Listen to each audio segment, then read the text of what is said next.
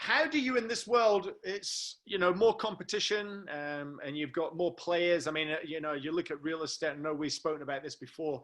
There's different ways and avenues now that bring their own value proposition, flat fee agents of, you know, just through online and buy it, do all this sort of stuff. How do you remain competitive? What do you do? What's some tips to make sure that you can remain perceived as competitive and of value in the industry?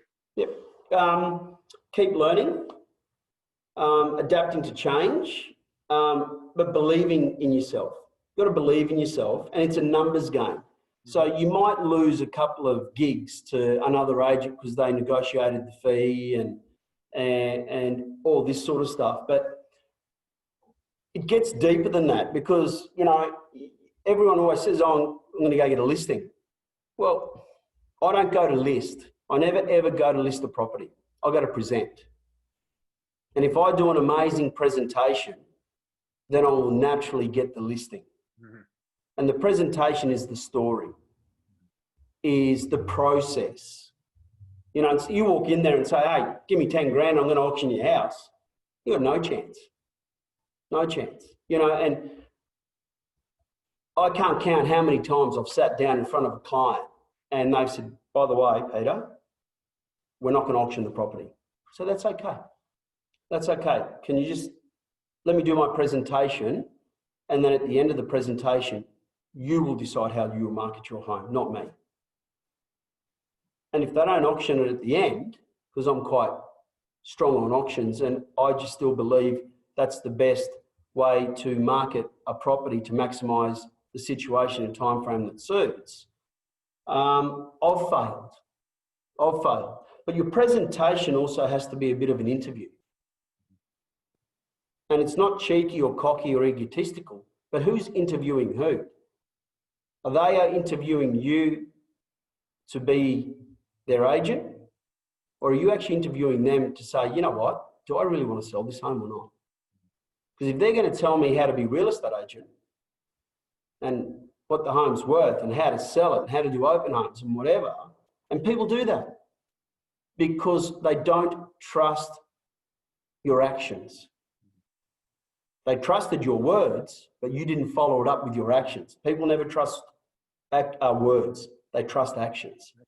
So that's where it all falls apart. That's where it all falls apart. So if you stick to your guns, stick to what you believe in, keep bettering yourself, keep learning. Yes, you're going to have all these other competitive people. But you know what? Every other guy wanted to beat Usain Bolt in the 100 metres. They weren't going to beat him. They weren't going to beat him. I think he lost his last ever race, but that world record that he's got, is that ever going to be beaten? It may be one day, but for many years, he won everything and was never beaten. But the guy that came second and third and fourth, probably changing every time, doesn't matter that they still didn't do their best, and they're not winners. They're not winners, because you've always got to be your own winner and your own best, as long as you put everything on the table. So I always say to my clients, I'll put you in a position to make a business decision on a figure you're not happy with,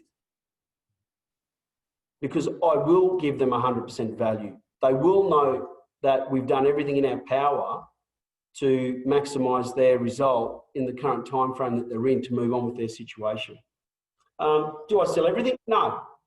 But you know, and you sort of said before, you know, all the awards and all the stuff that I've won over the years. One that means the most to me is when clients still ring me up and say, hey, Pete, you sold the house. And yes, of course, I network with people and call people and all that. But when they ring me up and they remember that something I did in 2004 or, you know, or something, my first ever sale, you know, I still touch base with them. So that's where it's all at. But that's the best award. That's the best award for you. Where I've been across the board for 19 years at the top of my game is the most rewarding award.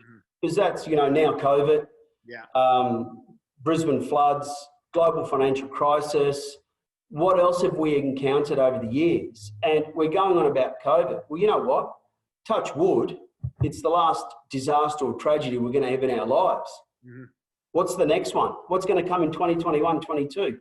We've just got to be resilient, adapt to change of what goes on in the moment, but don't forget about our future stuff either. Yeah.